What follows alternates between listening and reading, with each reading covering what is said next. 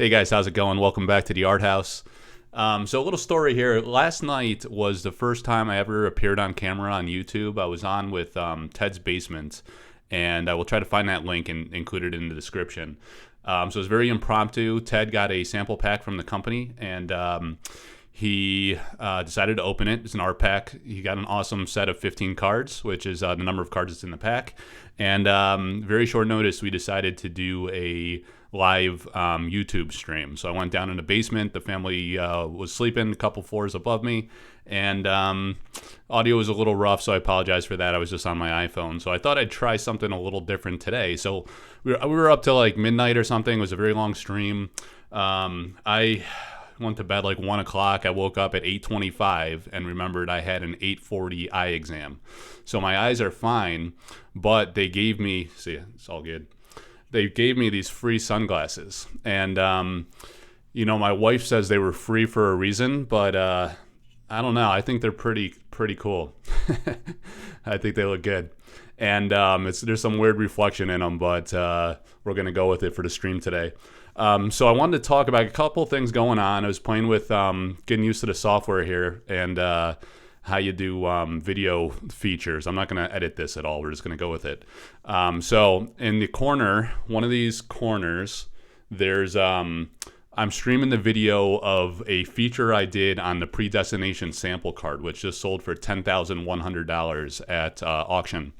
And then in the background here, I have prominently featured on my old desk the original, what I'm pointing at right here, is the original painting for Exorcism by Matthias Frisk, and it is currently live for auction on the Sorcery Contested Realm fan page and marketplace, and also in the Collector Arthouse Discord, always linked in the description of these videos. Next to that, a little stretch, is the original painting for Predestination, which is the card you're seeing in the other corner of the screen that just sold for $10,100. And this is literally the original painting from the artist Severin Pinois. And then prominently featured on my ironing board, these will be on the wall someday after I get them framed, right? But this one here is Philosopher's Stone. This is a hand-embellished print that I partnered with Severin to create. So she did a print of the Philosopher's Stone, completely digitally removed the stone here that I'm pointing at in the middle, and then she completely repainted that and splashed some gold flakes on there. So that really pops. The lighting's not great right now, so you can't really get a true feel for it. But next to those we did hand-embellished prints also of the elemental avatars. So those are two of them. You see fire and water.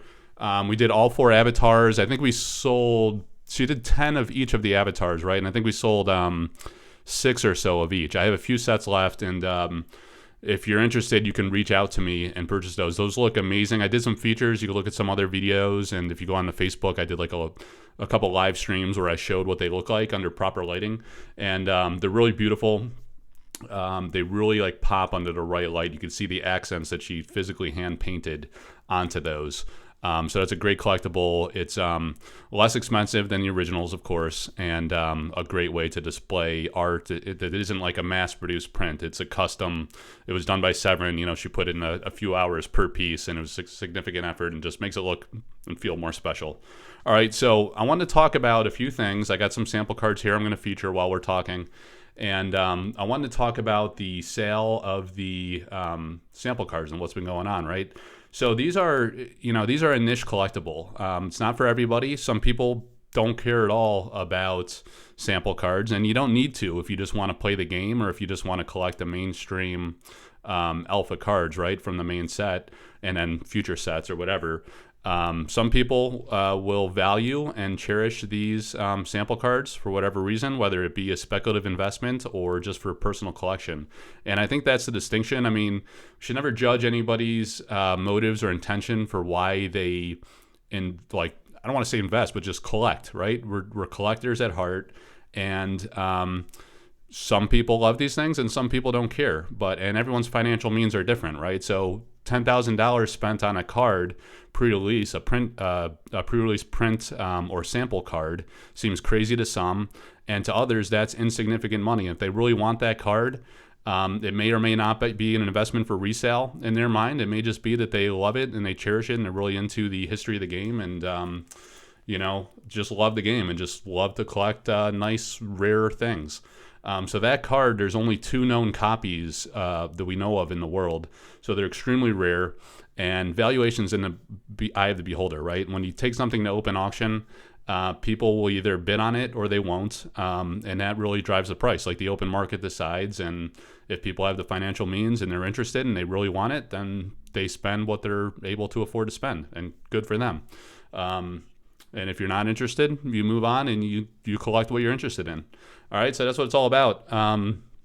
These sample cards now, I've done many videos on the sample cards, and the uniques and the elites is what I'm going to show today. These are extremely rare. First of all, before I get into that, again, I wanted to mention the Exorcism auction is live right now. That's going to close at 8 p.m. this evening. If you want to go bid on that on the Facebook group or in the Collector Arthouse Discord, it's currently got a $3,000 bid on that. It's a very large 16.5 by 23.5 panel board painting, and it's actually absolutely gorgeous. I did a future videos of those here on the channel, and then also in the Facebook group I did kind of like a live feature. But back to sample cards, the Spear of Destiny, that's going to be going up for auction tonight at 8 o'clock.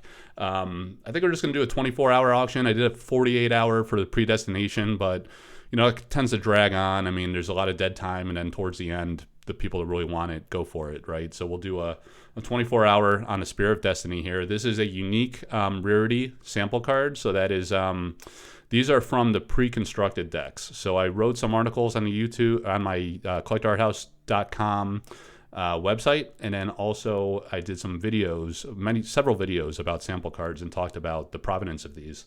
And the pre-con decks, we know of 4 sets that were given out to YouTube influencers to kind of like market the game early on. And then there was a giveaway event with Red Zone Rogue and Simon, who was working for the company, right, and did this event. And they gave away all of the cards within 4 sample pre-con decks. And there was only one. This is a unique, so you can only have one in the deck, right? So there was 1 copy in those. So, pop 5 is what we know right now. We haven't seen it pulled from a sample pack yet. So there's going to be 240. I never wear sunglasses. It's kind of weird. There's going to be 244 sample packs in the Kickstarter fulfillment. And in each of those packs, there is 1 slot where you get either an elite or a unique. Not both, one or the other. 244 packs. So in aggregate, there's going to be 244 elites and uniques yet to come. So we'll see what people pull. We'll see if people even open those packs. I think some of these people that are really into these niche, this niche collectible category of sample cards will keep some sealed, and if they get more than one, maybe they'll keep some sealed, some open. But I don't think we're going to see all 244 opened. Maybe not in the near term, maybe not ever. Of course, that's speculative. Who knows? And then, so the point is, 244 copies, there's not going to be a lot of duplicates of any given card. So these will continue to be very, very rare and limited. And, that's part of the valuation. The other part is just the love and passion for the game. Part of it may be speculative investment, and then others are just people with higher financial means that have the money and just really like this stuff and want to collect it and stash it and just keep it in their collection forever or whatever. Who cares? Whatever they want to do, that's up to them. We shouldn't name call. We shouldn't judge them. Some people do that. I think it's in very poor taste. To each their own. Who cares? If you don't care about sample cards, good. Don't pay attention to them. If you love to play the game and you don't like collecting and you don't like the money aspect of TCGs, play the game. If you just like to collect and you don't care to play, don't play. They're still fun to collect and they're still beautiful artworks. All right. So anyway, I went on too long there. So that's the Spear of Destiny. Next we have the Blasted Oak by Dan Seagrave, another beautiful elite. Dan is heavy metal album covers is his claim to fame. He has such a vast portfolio of absolutely stunning artwork. So to have him, I think he's done 2 cards for Magic the Gathering, and there's many cards in Sorcery, and they're all freaking awesome. So I'm super excited about these. All All right, next, Vincent Pompetti. He was fortunate to get an elite card in the game. This is a beautiful. Vincent lives in France, and he's an Italian, so he goes back and forth, quite a bit. It seems like I hit him up every once in a while, and he's like, "Oh, I'm in Italy this weekend," and then he's back in France, and awesome guy, super nice, and this is just a gorgeous artwork. My point there is that I think his artwork draws a lot of inspiration from his surroundings, which is common, for artists you draw inspiration from your environment. I mean, art is very personal, and that's why it's a beautiful medium, because it's kind of representative of the artist's life and culture and life experiences in a way. So he has this beautiful artwork here, Abundance, that's elite rarity, so it's a very rare sample card. Next, Drew Tucker, Nightmare. This is a H.P. Lovecraft inspired design concept. So I talked to Drew about this one. I talked about this on the live I did with Ted last night from Ted's Basement YouTube channel. Go check that out. And so this is Lovecraftian, right? And what I didn't notice at first, that I had a conversation with Drew, and he told me that this wizard is here, right here, see, right above the guy's hand, conjuring up this beast. And then in true Drew Tucker form, he's such a master at capturing human emotion and just the sheer terror that this guy is under, fleeing from this summoned monster with this like octopus type legs, just ready to engulf him. And then whatever, this is where like Drew Tucker, classic Drew Tucker artwork, you start thinking like, what's going on here? What is this? Is this part of the beast here in this realm? Is this mouth or face, trying to like eat this guy? And why is this wizard conjuring it? I mean, it's just an awesome artwork. And the color tones, I think Drew told me he used like rags and stuff to kind of like get the texture feel. Hopefully I got that right. I mean, I'm not an artist myself, so when they tell me these things, I'm just in absolute awe. It's like, well, how can you even think of how to do that and then actually execute it and make it look so polished and refined? But this is a gorgeous artwork, elite rarity. So I think this is the only one we have seen pulled so far from the sample packs. So that's really incredible. All right, so the Payload Trebuchet from Aussie Haikala. Aussie is an awesome guy. A lot of his artwork looks very like old school and classic. The mailman's here. I wonder what he's bringing in. You never know. So an elite relic of unmatched range. That is another gorgeous night scene. It always comes across a little different on camera. And then, of course, I'm wearing sunglasses, so who knows what it really looks like. But this is a beautiful one by Aussie. Another elite, very rare. Oh, the Royal Bodyguard. So I did a behind-the-art feature. You got to go to collectorarthouse.com, and you can learn all about the very important significance of this artwork. It's a Velasquez is the original artist who did this many, many years ago, centuries ago. And it is a... it's featured. It resides in a museum in Madrid, and that was the inspiration for this art. I've talked about this before on the channel, so you can go find the video. But this is one of my favorites from Liz. Ball Lightning from Alan Pollock. I recently found out from the company that this card will not be in the alpha set, from what I understand. So I recently removed this from my website. I think this was, for whatever reason, they scrapped it. Maybe they'll use it in the future. I don't know. But it's not an alpha. And it's kind of interesting because some people say that the reason why they think the Predestination card is so valuable and so much more valuable than some of the others that have sold is because there's a theory that maybe it will not be in the alpha set. So you have this like pre-alpha card, sample test card, that might come later and could be a very significant card in the future. Or, we haven't seen the full alpha set. We've seen 370-ish cards, right? So there's like 35 or so cards roughly that we don't know what will be in alpha. People think it might not be in there because it was not introduced in a tabletop simulator for playtest. And I think the reason for that is because the use case for how the card is currently designed is not really synergistic and functional in a set. So it might just be receiving a redesign and could be reintroduced in alpha. That would be my guess because it's such a beautiful, iconic artwork. I would think they'd want to feature that in alpha. But we don't know one way or the other. And some people like the speculative aspect of that and think it's either more valuable if it's not in alpha or it's more valuable if it is. To me, I would want it in there. I got the painting right there. That's the original. So I hope it's in there because, you know, it's cool to own an alpha unique. Hopefully it holds a unique rarity. That one's mine. I'm not selling that. This one's being sold by Matthias. And by the way, Matthias receives a vast amount of proceeds of that sale.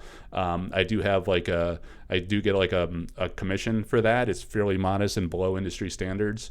But yeah, most of the proceeds of that is going to Matthias, and well deserved. That's a gorgeous art piece, one of the best he's done. All right, so moving on. I was talking about Seagrave earlier. This is the Chains of Prometheus. And there was I think there was a different version of this art, and then this one was introduced. So it makes you wonder if we're going to see an alt art of this. But huge card. It's a unique, you know, so it's so rare. I think it's the only one we've seen so far. The Book of Kells. And shout out to Vincent, Vinco in my Discord. He did some research on this, and he found like a very distinct biblical reference to this. Which is interesting, you know, because I think there's a lot of like cultural aspects to sorcery, which are very fascinating and interesting. The Spear of Destiny has some real life lore that you should just go YouTube Spear of Destiny. You're going to find all types of videos about the interesting background on that. But in Book of Kells, there's some, you know, religious, cultural aspects of this too. And even in this, you know, this is a chance that not everyone would take on TCG. Exorcism. That's a priest's hand holding a cross and repelling these demons. So there's a Christian cross influence in that. You're not going to find that in Magic the Gathering and other more PC type games, you know? I mean, maybe that's controversial to some. I don't know. I mean, this is, to me, I don't think it's a big deal, but, you know, I do know that other games shy away from that, but that's just cool. I think it's a differentiator for sorcery. You know, art, I like the unencumbered aspect of art, and I think, you know, artists should be free to do what they want, you know, and sometimes it's controversial to some and maybe not others, but that's life, you know. I mean, people are different, right? All right, last card, the Immortal Throne. This is by the great Elvira Shakarova, a very great artist, comes from the Magic the Gathering altar scene, and artists I work with, you know, so you know, we have kind of like a friendship and working relationship, and I really like Elvira and love all of her work. So a unique relic and monument to eternal dominion. The Immortal Throne. It just sounds like super iconic.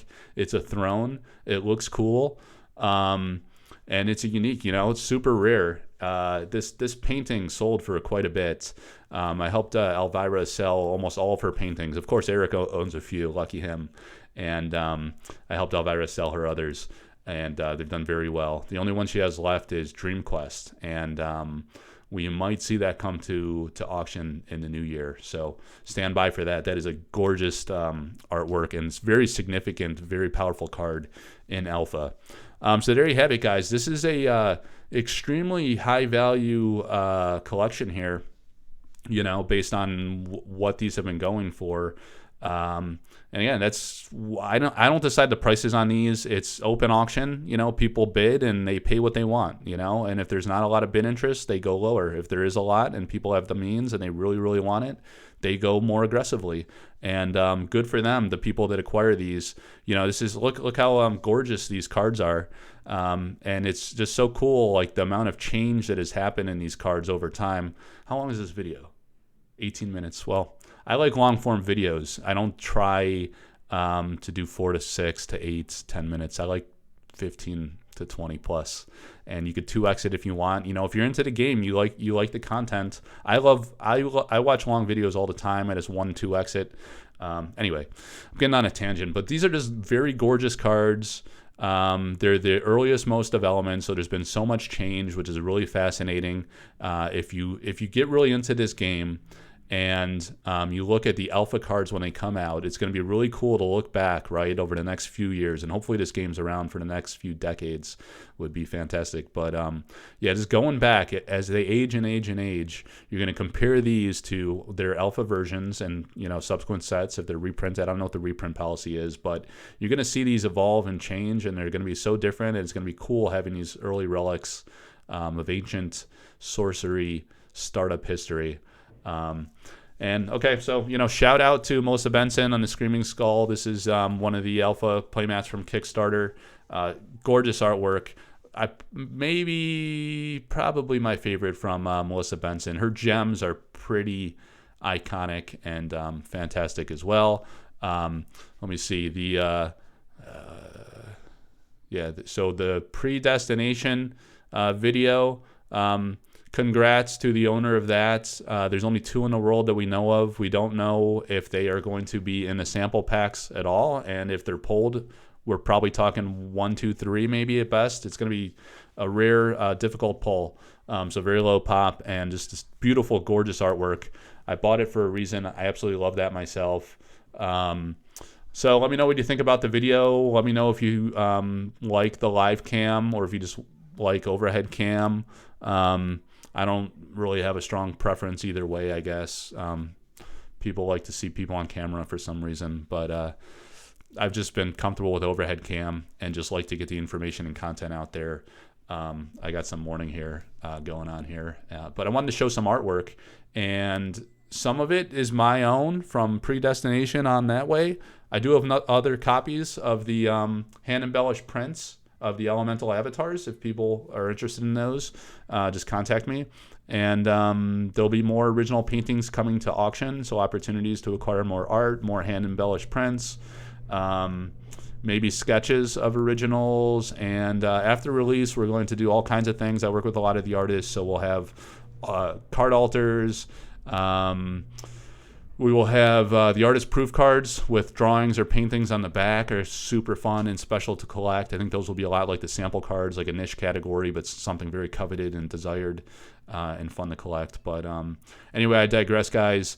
Please go watch the live I did with Ted's Basement on his YouTube channel. You might find that interesting. I talked a lot about the history of the game, a lot about the artist backgrounds, and just things that I know about the game from being around the scene for a long time. So thank you guys as always for your interest. Please like and subscribe and share the video. Let me know what you think about live cam, about format, about topics. Try to make it interesting for people, and appreciate all the support. There's a lot of like awesome, really nice, considerate people in the community that have been very supportive of my efforts. So I'm not trying to be a goofball and undermine all the work I've done. Just having some fun. But thank you guys. I appreciate all the support and the friendships I've acquired through these endeavors, and just a super fan of the game. I really love it, and can't wait for Alpha. Alpha's coming soon. Happy New Year to everybody. I'm recording this on New Year's Eve in the United States. Some people overseas are already into New Year's, so Happy New Year's to you. Have a great one. It's going to be exciting for Sorcery, and with the release coming out, and you know what happens over the next few years or decades. All right, take care, everybody. Until next time, like, subscribe, follow, and share. Thank you. Take care.